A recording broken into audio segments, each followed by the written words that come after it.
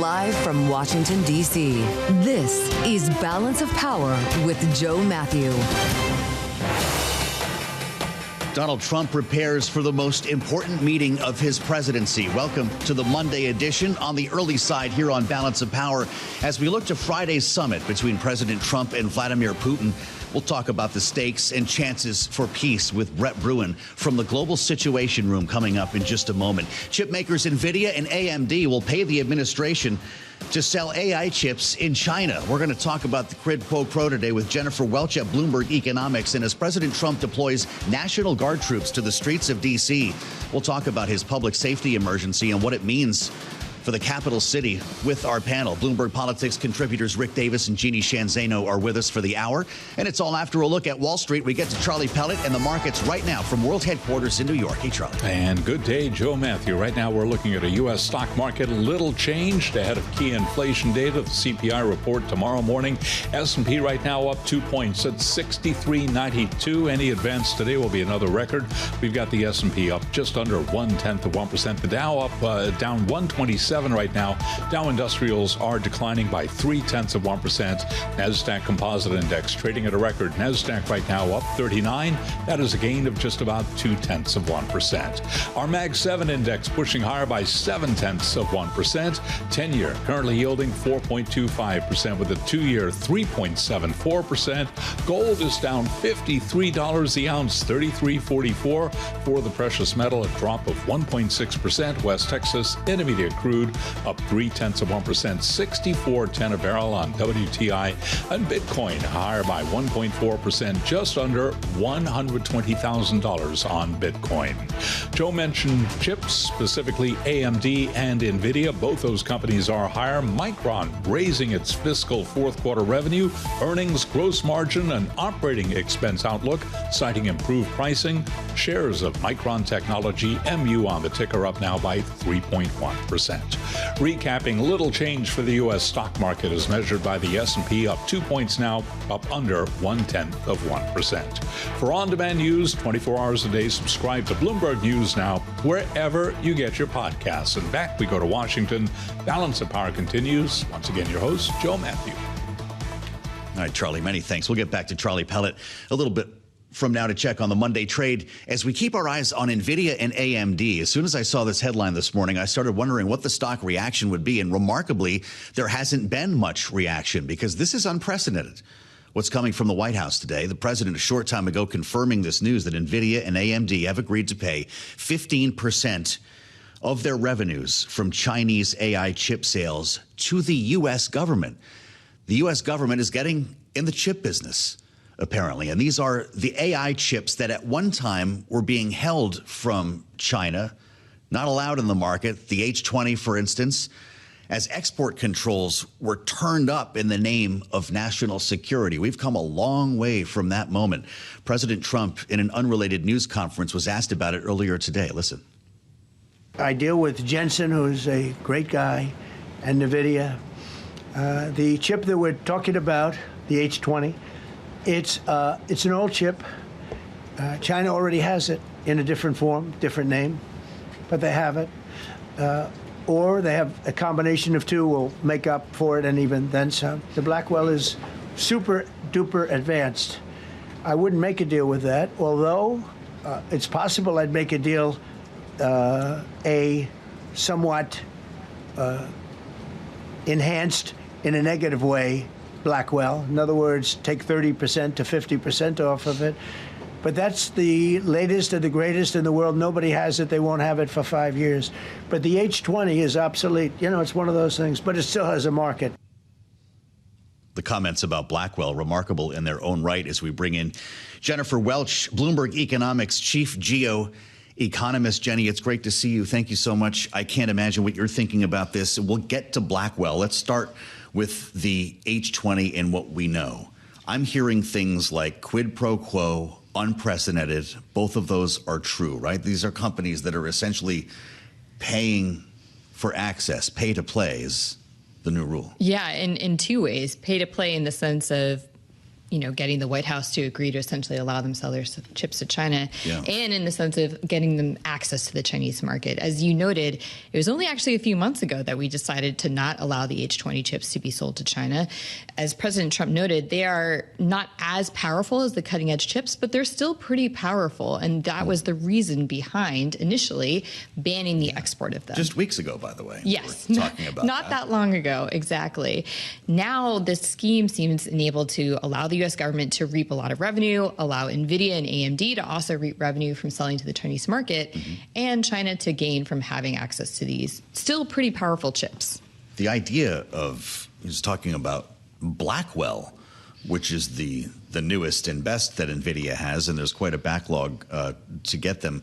It just gives you the sense that he's willing to make a deal on just about anything. Yeah, first national he said security he wouldn't. is a price tag. Well, that's right. So is that the case here? And Jenny, to the extent that this is legal, do we know, is this constitutional? So on the first question, it does seem like it's sort of a commoditizing export controls or national security policies. And we saw that earlier this year, in fact, where the Trump administration put in place some export controls that were explicitly about building leverage in talks with China. And then they immediately rolled them off once they got to an agreement in London with the Chinese on a true trade truce, and in order to get the rare earths to flow back in, right? So we have seen this before from this team. On the second question of legality, that's an interesting one, because this very much looks like an export tax, which isn't constitutional, but it's also technically, it seems, a voluntary agreement by these companies. So maybe that's the legality on which it stands. Yeah. I think the question that I would be asking if I was an executive for a firm that produces things that are export controlled is, will I be next? Right, absolutely. Do we know where the money goes, by the way, and what it would be used for? No. Is there a special Nvidia account somewhere in the White House? Unclear, yes. Okay. Unclear. Unclear where the money goes, unclear where the line is, I'm guessing then, because it seems to me if 15% gets you to sell H20s in China, would 50% be enough to sell Blackwells in Beijing? Right. And it wasn't clear when President Trump was talking at that press conference. Some of it might have been about the capacity of the chip itself, how powerful it is. Yeah. But is there going to be a fee for power sort of ratio applied there? Right. He said they'd turn it down 30% or something like that. I don't know. Tomorrow's supposed to be a big deadline with China. This was the trade truce that was to be expiring tomorrow, but there's talk of it being extended. What's your expectation? I think it looks very likely it's going to be extended. Certainly the chief negotiators for that deal, Secretary Lutnick, Secretary Bessent, have indicated they expect that President Trump will approve an extension. Maybe he's just trying to make the Chinese sweat a little bit by holding out to the last moment. But all signs seem to point to he doesn't want an escalation of that trade war. He wants some sort of deal. You know, he was talking about soybeans earlier. We've seen that there's been probably some ongoing conversations about U.S. export controls. So I think all signs are pointing positive. But as with everything President Trump, you never know until he says the last word on it. Well, that's for sure. What should we be looking for, though, in the next couple of days when it comes to China specifically? Because we were said this was the big one. It would take months, if not years, to actually get to a real trade deal with China. But we've been seeing these framework arrangements that maybe something emerges in the next week or so. What stage are we at in this game? My expectation is a little bit more calibrated, that I think they're probably going to extend the truce to give themselves more time to negotiate and work towards some sort of deal that perhaps the leaders, if they do meet later this fall, can announce. That might involve something like purchase agreements, export control rules, maybe something from China on fentanyl as well. Sure. But I think more along those lines, probably still going to take some time to get there. Really interesting. Jenny, thank you so much. Jennifer Welch, Bloomberg Economics chief geo economist. This is why we have Jenny handy, trying to figure out exactly what's going on. It's not always that easy when it comes to the confusion around tariffs. In this case, a potential export tax. We're watching shares of both Nvidia and AMD, and they're moving higher. We thought this might weigh on the shares this morning when the headline first broke. Nvidia right now up about 0.3%, almost $1. AMD is doing pretty well. It's up 1.5%. Up more than $2 a share. You can read a lot more about this on the terminal. It is one of the biggest stories of the day. Nvidia, AMD to pay 15% of China AI chip sales. The other big one, of course, brings us to the end of the week, and that would be Friday. We now know that the meeting will take place in Alaska.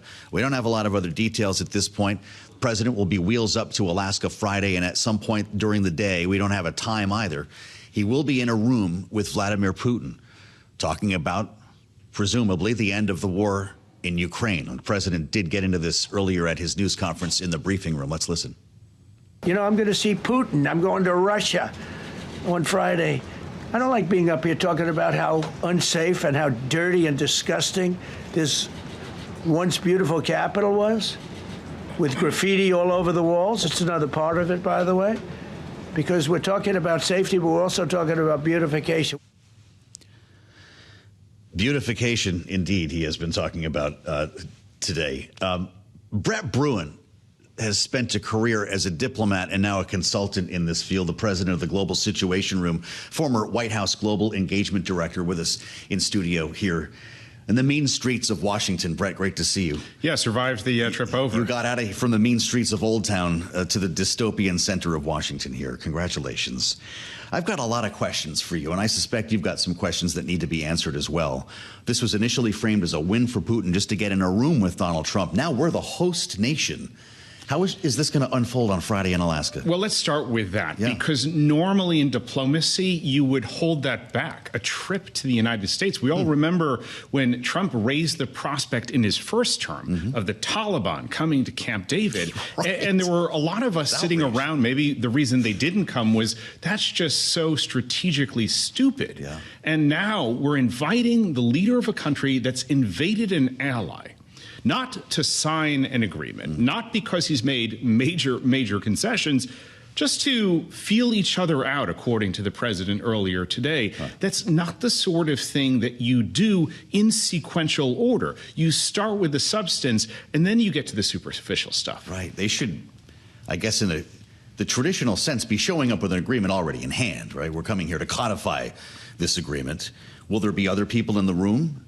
Will this go on for hours? What do you expect? Well, we know from past meetings, even past telephone calls, Trump likes to go mano a mano with Putin, maybe a Russian translator in there, which means there are no American eyes or ears on that conversation. Concerning, yes, who will be in the room? Probably Marco Rubio, not least of which because he holds like 11 different cabinet positions at the moment. Yes. But also on top of that, look, the question of Volodymyr Zelensky. We are talking about Ukraine, and yet Ukraine still is a question mark. You know, and it's interesting, J.D. Vance yesterday saying, well, we'll kind of see and work that out. No, that's something you work out before you extend the invitation to Putin. And the price of Putin getting to come to the U.S. is sitting at a table with Volodymyr Zelensky. And the notion that they haven't worked these things out ahead of time is just really perplexing. He just said this morning that the next meeting would likely be between Putin and Zelensky as he saw it, or all three of them, because he'd be glad to show up and help to mediate this. He's approaching this as the man who wants the Nobel Peace Prize. Does that bring its own liability? Well, let me disabuse those around this town who are floating the idea that the Nobel Committee, a committee of Swedes, Norwegians who believe firmly in things like anti-colonialism, are going to give a guy who's threatening to colonize not one, not two, but multiple countries the Peace Prize. Because when we talk about peace, we're not just talking about, you know, this kind of superficial social post that Trump puts out there and claims that it's a peace deal. We're talking about real substantive peace deals. And Joe, you and I have had conversations about this, but, you know, when we're involved in peace deals, there are chapters, there are whole volumes that are involved of, you know, borders as well as how exchanges of troops and the whole confidence building measure. None of that is here with any of these deals. Well, in the meantime, Volodymyr Zelensky is sitting in his office reading stories about freezing lines in place that we're going to hand over the Donbass and Crimea. And the president referred to these so-called land swaps. He was asked about this earlier today. Brett, let's listen to what he said. The next meeting will be with Zelensky and Putin, or Zelensky and Putin and me. I'll be there if they need, but I want to have a meeting set up between the two leaders. I was a little bothered by the fact that Zelensky was saying, well, I have to get constitutional approval. I mean, he's got approval to go into war and kill everybody, but he needs approval to do a land swap, because there'll be some land swapping going on. I know that through Russia and through conversations with everybody, to the good, for the good of Ukraine. Good stuff, not bad stuff. Also, some bad stuff for both. Some bad stuff. Land swapping. Are we talking about Donbass and Crimea in exchange for Zaporizhia or something very lopsided? What does he mean by swapping? Just to be clear, it is 2025. It is not 1825. Yeah. The president of the United States does not get to swap territories of other countries. That is why we had the Peace of Westphalia of 1638. It is critically important that Trump understand what he can and what he cannot negotiate away. And at the end of the day, not only Ukraine, but our European allies are not going to accept that Trump is rewarding somebody who invaded another country, that he is deciding what the borders of Ukraine will be. Ultimately, yes, it is up to the Ukrainian constitution. More importantly, it's up to the Ukrainian people to make that determination. Well, so from the idea of rewarding Russia for its behavior, and that does seem to be the essence of the agreement that we have been talking about, at least in the past couple of days. By the way, there is an alternate European plan that we can get into as well that I'm not sure the president has a lot of interest in. But look, I'm going to ask you this, and you might not want to answer it. A lot of the analysis recently has referred to Munich, that the president is walking into the next Munich. Is that where your head is? I think it's worse in some sense. It's worse? Yes, because in the sense that we faced back in the run-up to World War II with Adolf Hitler, with the threat that he posed, a clear and present danger. But what Putin does is actually in many ways more nefarious, because he is, yes, in some cases like in Ukraine, directly attacking a sovereign country, but in others he's undermining from inside, and that includes in the United Kingdom and other parts of Europe. And here in the United States, that again is why it is so strange that you would invite Vladimir Putin to American territory while he is still actively working to undermine our institutions, our ideals, the borders of the United States. I mean, I think it was somewhat of a Freudian slip today when Trump suggested he was going to Russia. I certainly hope that Alaskan territory, American territory, is not in the cards with these land swaps. But, you know, there was a time. I do have to say, at least in the Munich agreement, there was a European and American consensus about the rights of certain countries, about international law. There is not currently, and that's what makes this moment, Joe, so dangerous. European plan rejecting this Russian proposal here to keep the eastern Donbass. There was a big meeting over the weekend calling for a diplomatic end here and protect Ukraine's interests.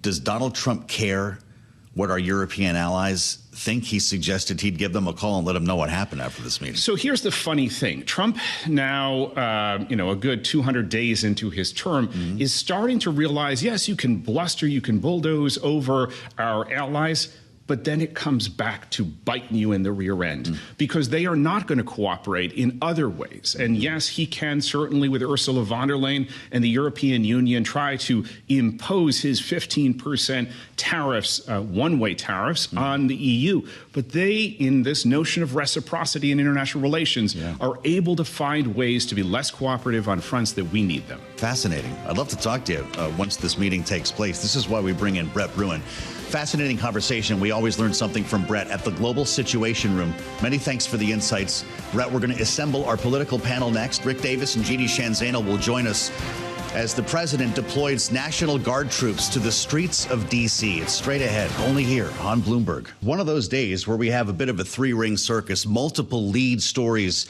that we're juggling here on Balance of Power.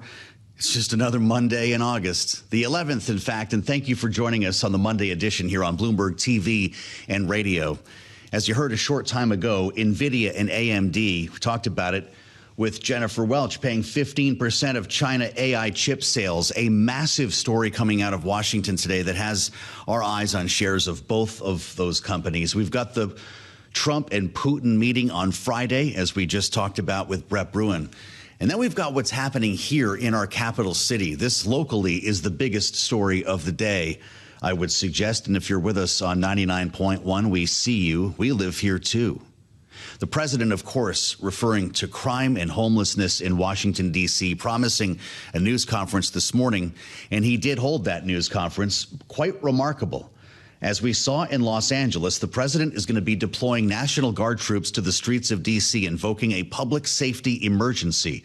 About 800 troops, based on what we're hearing so far, but also deploying federal law enforcement from about a dozen agencies across town. The president spoke to reporters about it a short time ago. Listen. Told them, whatever happens, you know, they love to spit in the face of the police as the police are standing up there in uniform. They're standing and they're screaming at them an inch away from their face. And then they start spitting in their face. And I said, you tell them, you spit and we hit. And they can hit real hard. You spit, we hit, the president saying as he was flanked by his Attorney General and Secretary of Defense. It's not just the National Guard troops. The President of the United States is also federalizing the local police department, the D.C. Metro Police. And under our Home Rule Act, that is, in fact, allowed, although only for increments of 48 hours. So it's unclear exactly how that would run. And one of our biggest questions right now is, what does the mayor think of this? We sat down just a few weeks ago this summer with Muriel Bowser to talk about her relationship with this administration, working with Donald Trump. Here's a bit of what she said. President Trump left D.C. during COVID, which cities were ravaged by COVID. Absolutely. From homelessness to increases in crime to with lack of services because government agencies were shuttered. And we've worked very hard to get that image out of his mind because that's not the D.C. of today. In fact, we've driven down crime to a 30-year low. Our tourism recovered in 2024. Our kids were the fastest back to school, and our school population has rebounded. An investment in D.C., people are looking hard at us because of some of the changes we're making in our business environment. We are lowering taxes. We are cutting red tape, and we are incentivizing good businesses to start here, grow here, and hire D.C. residents. So do you feel like you have a partner in the White House or an obstacle? Well, it's a partnership we work on every day. Yeah. Certainly, the president has an outsized influence over the city of Washington because it's the nation's capital. So we like him to make some bigger investments like Union Station and continuing to be a partner in developing RFK, helping us retool and reskill our workers and asking him to pause on these separations and rehire qualified people. That partnership that Mayor Bowser talked about is being tested severely right now as we assemble our political panel. Bloomberg Politics contributors Jeanne, Zaino, and Rick Davis are with us right now. Jeanne is Senior Democracy Fellow with the Center for the Study of the Presidency and Congress. Rick is a Republican strategist and partner at Stonecourt Capital. Rick, I'm going to start with you because with some exceptions, you've spent the bulk of your life living here in the Mid-Atlantic area in the Washington, D.C. region. You know this city about as well as anybody that I know. Is this required? Is this necessary now? And is it legal? You know, so much of what Donald Trump does is not just for impact, but for symbolism. And I got to believe, based on what we've heard today, that this is a very symbolic gesture. It's a gesture to try and really, re-federalize, instaure the influence of the federal government in Washington, D.C. You know, we used to have things many people don't remember, but the streets of Washington have been cleaned up a lot over the last few decades. And a lot of that came through federal money, through federal participation, Pennsylvania Avenue Development Commission, things like that. I mean, there were places that are thriving today that were war zones when I was growing up. And that process, that progress, a lot of times was done through symbolic gestures. We don't know where this will last. As you pointed out, right now, the federalization of the police is a short-term thing. When Donald Trump deployed National Guard troops in L.A., like what he's now doing in Washington, D.C., it was for a minimum amount of time. They are now back at home with their families in L.A. So it's a kind of wait and see thing. I mean, the one thing Donald Trump does is he makes these grand gestures, but he doesn't fill you in on sort of what he hopes to accomplish in the process of doing that. It's really something. Jeanne, I came to Washington as a resident, at least in the 1990s. There was still evidence on the U Street corridor of burned out buildings that had been left there since the Martin Luther King riots in 1968. Chinatown, or what we now call Gallery Place, or whatever that is, was much the same. Huge investments were made here in Washington post-Marion Barry, to the point where it's unrecognizable. As Rick just said, in some areas, if you go to the neighborhood known as Noma and you were somewhere else the last 10 years, you wouldn't even know what city you were in. So I think we have to acknowledge the progress that's been made here over the course of decades. But most recently, we know that a lot of cities were in pretty bad shape coming out of COVID. And most of the data I heard today from President Trump was 2 years old. Back to 2023, as the city emerged from COVID, there was a rash of violence in Washington. We lived through it and we talked about it at the time. Carjackings specifically were through the roof. But we've also seen some pretty steep declines since then. And Jeanne, I'm looking at a memo right now that came from the Justice Department. It was Joe Biden's Justice Department, but it's dated the 3rd of January, Friday, 2025. The headline is, violent crime in D.C. hits 30-year low, 3-0, down 35% from 2023, lowest in 30 years. How come the president didn't mention these statistics? Yeah, and it's not just coming out of the Biden administration. One of the most bizarre aspects of this press conference he just did was his own FBI director, Kash Patel, stood up. Apparently, nobody looked at his talking points, because what did he say? The murder rate is plummeting. It's its lowest in history. And yet we have an emergency requiring the president to federalize D.C. And those two things just don't comport. And of course, the data that you're talking about, all the data we've looked at, don't comport. And so this is another example in a long line of what Donald Trump has been doing since he came back to office, which has been declaring emergencies that the data doesn't support in order to expand his executive power. We talk about it all the time in the context of tariffs. He is doing that tariff regime under this declaration of an emergency that the courts are looking to see if actually exists. And this will certainly go to the courts, and people will be able to vet whether these numbers add up.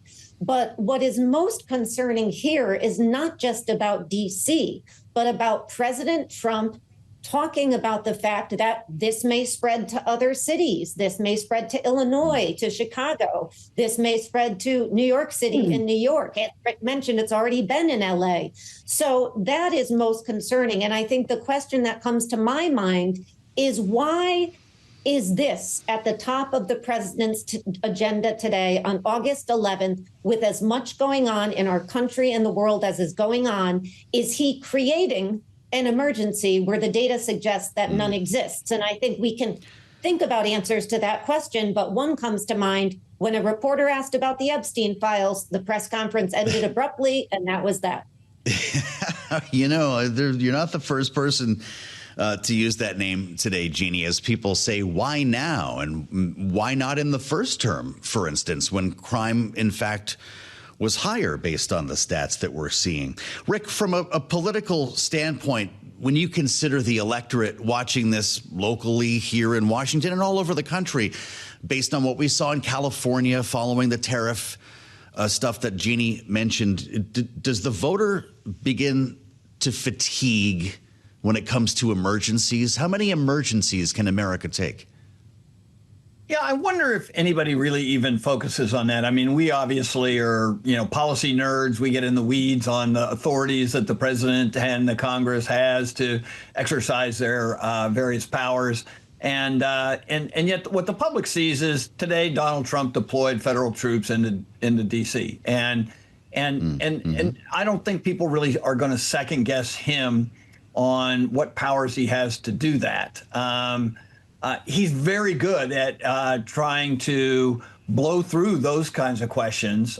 He never actually addresses his authorities he assumes those authorizations and focuses instead on the real act that's going on. And I do think this has actually less to do with the Jeffries controversy and a lot more to do with just the politics of Donald Trump. Like, Donald Trump's been talking about city blight, for 4 decades. He used to rail about it in New York. He's railed about it here and everywhere else he's been. And the reality is, part of that is to put himself politically on the side of the cops versus the politicians. And I think the Democrats have to look at this from a point of view that says, you know what, this is a vulnerability for us. We have to be careful because if Donald Trump is successful, these kind of safety issues, especially in big urban environments, and you see Donald Trump throwing L.A. and Chicago and New York all under the bus, he's going to use this politically. And I think less worry about controversies and more worry about politics. Rick Davis and Jeanne Zaino, many thanks to both of you for the insights. Our Bloomberg Politics contributors with great analysis today. President Trump just now on Truth Social. Gold will not be tariffed. We'll have more on this straight ahead on Balance of Power on Bloomberg TV and radio. This is Balance of Power, the Monday edition on Bloomberg TV and radio. Glad you joined us. I'm Joe Mathieu in Washington, where we're talking Nvidia and AMD once again today because of very important news from the White House. Maybe we should have known something was cooking when we heard that the export controls on the H20 chips from Nvidia specifically had been cranked back. But the sales had not begun. A couple of weeks went by and licenses still had not been granted to Nvidia to sell the H20s in China. Then there was a deal. Fast forward to today, the licenses are going out. And both Nvidia and AMD are both now agreeing to pay 15% of the money they take in from selling AI chips in China to the U.S. government. The administration is in the chip business, according to this plan. And we have a lot of questions about exactly how this will work, where the money will go. The president was asked about it during his news conference this morning at the White House, specifically referring to Jensen Huang at Nvidia. Listen. I deal with Jensen, who's a great guy, and Nvidia. The chip that we're talking about, the H20, it's an old chip. China already has it in a different form, different name, but they have it. Or they have a combination of two will make up for it and even then some. The Blackwell is super duper advanced. I wouldn't make a deal with that, although it's possible I'd make a deal, a somewhat enhanced in a negative way Blackwell. In other words, take 30% to 50% off of it. But that's the latest and the greatest in the world. Nobody has it. They won't have it for 5 years. But the H20 is obsolete. It's one of those things, but it still has a market. As a big market, as Nvidia would be expected to make billions. The White House maybe will too, by scooping 15% from those sales. What the president said about Blackwell is very significant, by the way. Nobody ever thought Blackwell was on the table here. But as he suggests, an enhanced in a negative way Blackwell, suggesting that it would be not enhanced, and in fact a lower power, lower achieving chip, maybe there's a deal to be made there. I've never heard that floated, and this will be a fascinating thing to witness. He says they won't have it for 5 years.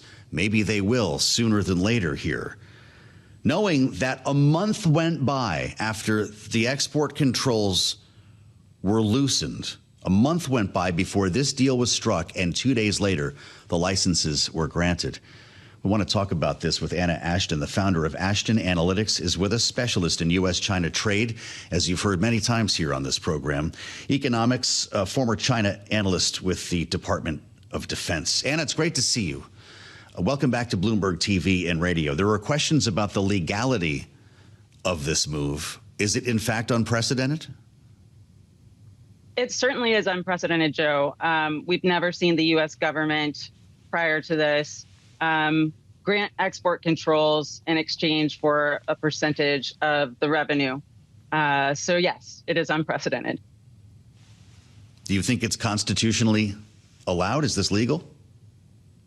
I don't know. I don't know if it's legal. I think that we're in a moment where the president feels fairly confident that he can bend the rules. I mean, if you look at the situation with TikTok, there's a law saying that TikTok shouldn't be operating in the United States now. But it's been the implementation of that has been extended a couple of times, and no one's even really talking about it anymore, despite the fact that there has been no sale. So I think, Trump is probably on pretty firm ground in assuming that he can get away with this regardless of what, the exact law actually is, and that Congress will back him up, at least this Congress. He is definitely facing criticism from national security folks, and there are plenty of people in Congress who have historically taken more of the national security line about issues like this. So I'm sure that we will hear a response to this from members of Congress that expresses concern. But, there's a difference between expressing concern and actually doing anything about it. Love to know what the China Select Committee thinks about this. We're going to be talking with Raja Krishnamurthy on the late edition of Balance of Power, and so we will go there. Anna, analysis from Jenny Welch at Bloomberg Economics, she's our geoeconomics analyst, suggests that this quid pro quo agreement is in fact a targeted export tax, which the Constitution outlaws. So I'll be deeply curious to see if this holds up in court, if it's challenged. But there's a greater question, Anna, about where the line is here. Could Jensen Huang simply pay up more and start selling Blackwells tomorrow in China as well? It sounds like what Trump was suggesting, Joe, is that any sales of Blackwells would have to involve, modifying them so that they are not as cutting edge as they are now, which is essentially what the H2O chips are. They're modified to be less than cutting edge. Maybe I'll take that example off the table then. I think the question is, could Jensen Huang sell anything he wants as long as the price is high enough? We've cracked the door on this. We've set the precedent, Anna. How far could it go? I think it depends on whether the primary motivation here from the White House is finding ways to raise revenue with trade relationships, or whether the primary motivation in this particular instance is reaching an agreement with their Chinese counterparts. And I think it's a combination of that. Obviously, this administration is determined to get more for the U.S. economy out of trade relationships, in their mind, get more for the U.S. economy out of trade relationships. And in that respect, this is consistent with sort of the broader trade policy of raising tariffs because tariffs represent revenue. But on the other hand, we've got these ongoing negotiations with Chinese counterparts that seem to have been motivated strongly by China's rare earths and magnets export licensing regime, which was implemented in April. And although the initial talks did result in a big upswing in China's exports of rare earths and magnets in June, the July numbers are down considerably from the June numbers. And that continues to be an issue that seems to be causing the White House quite a bit of stress. So this also could be part of a deal specifically with Beijing to try to ensure that the United States continues to receive adequate amounts of rare earths and magnets. Sure, understood. So we've got this deadline tomorrow on the trade truce, assuming this is all connected somehow. Are you just waiting for the announcement on tomorrow's deadline to be extended? I think we all of us who are concerned with the trade relationship hope that there will be an extension, because the possibility of a snapback of 245% tariffs on Chinese imports is one that is sort of stomach churning for an awful lot of businesses, and ultimately would definitely be passed down to some extent to U.S. consumers, so it would raise prices. I think both sides want to extend the tariff deadline. But the question is, can they reach mutually amenable terms? And that is clearly coming down to the wire.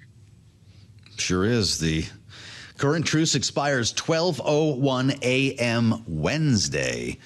So we have the rest of today and tomorrow to figure this out. If they do not extend that truce, extend that deadline, tariffs would jump above 50%. Anna, great to see you. Anna Ashton, thank you as always. Ashton Analytics with her eyes on China. We'll have more news on China this week. As we turn to gold, the president continuing to flood the zone in his second 100 days. Well, I guess we're beyond that now. We're at 205 or something today. Gold, yes, indeed. The president on Truth Social, gold will not be tariff, he says, exclamation point. That's the whole post.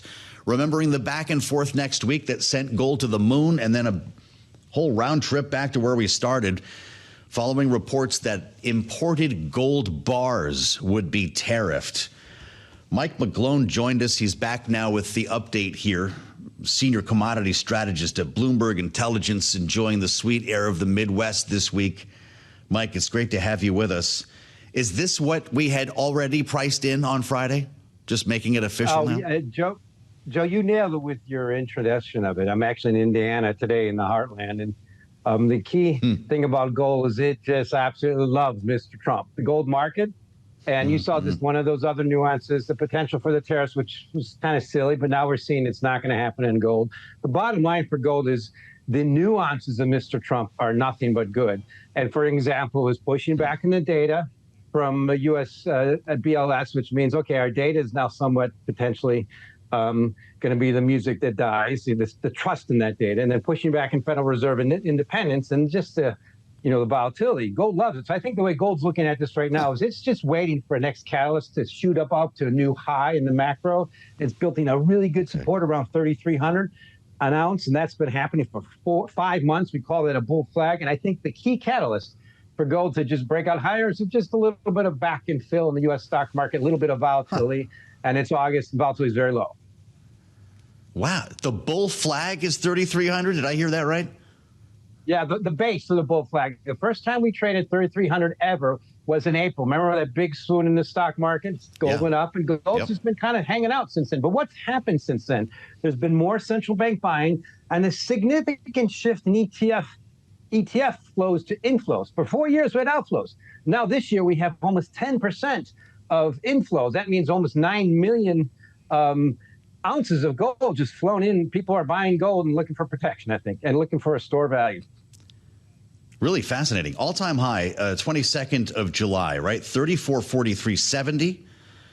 And it's been basing ever since that swoon following Liberation Day. Yeah. There you see it, 34.08 right now. We're down a bit.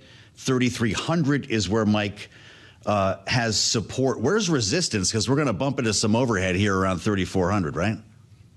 Yeah, so 3,500 is really the high for the year in the cash market. Now, the futures were a little distorted high. But remember, those futures will always stay at a higher price because of the cost to carry. You have to add that price into the futures. So to me, everybody knows 3,500, just a matter of time to get to the next round number, which is 4,000. Fantastic. All right. And the more gold leaf that goes into the Oval Office, that doesn't impact the price, does it? Well, it's all part of the bull side. He's not using silver. He's not. I've got Mike McGlone on the line, so I've got to ask you just in our remaining moment about Bitcoin here, Mike. Bitcoin loves Trump as well, and he's been awfully good for it. With 401ks added to the mix, we could be looking at a new all-time high here as well. What's your expectation? I think that could happen. To me, Joe, the biggest problem with Bitcoin is it's a risk-on asset, and it's much more likely to go up if the stock market goes up. Gold is a risk-off asset. It's actually been negatively correlated in stock markets. So if stock market goes up, gold might suffer, but stock market goes down. I think that gold is going to really beat Bitcoin this year. And so far, they're about the same. So you're telling me I need both. Mike McGlone, it's great to see you. Thank you so much. With a redhead on the terminal, gold will not be tariffed. Maybe that's the actual news today from this White House as we wait for a China truce deadline to move tomorrow. And of course, we'll be looking both ways when we leave the Bureau here. 800 National Guard troops deployed to the streets of Washington, D.C., the police department federalized, and we're going to have a lot more on all of this in the late edition of Balance of Power. Meet us 5 p.m. Eastern, only here on Bloomberg TV and radio.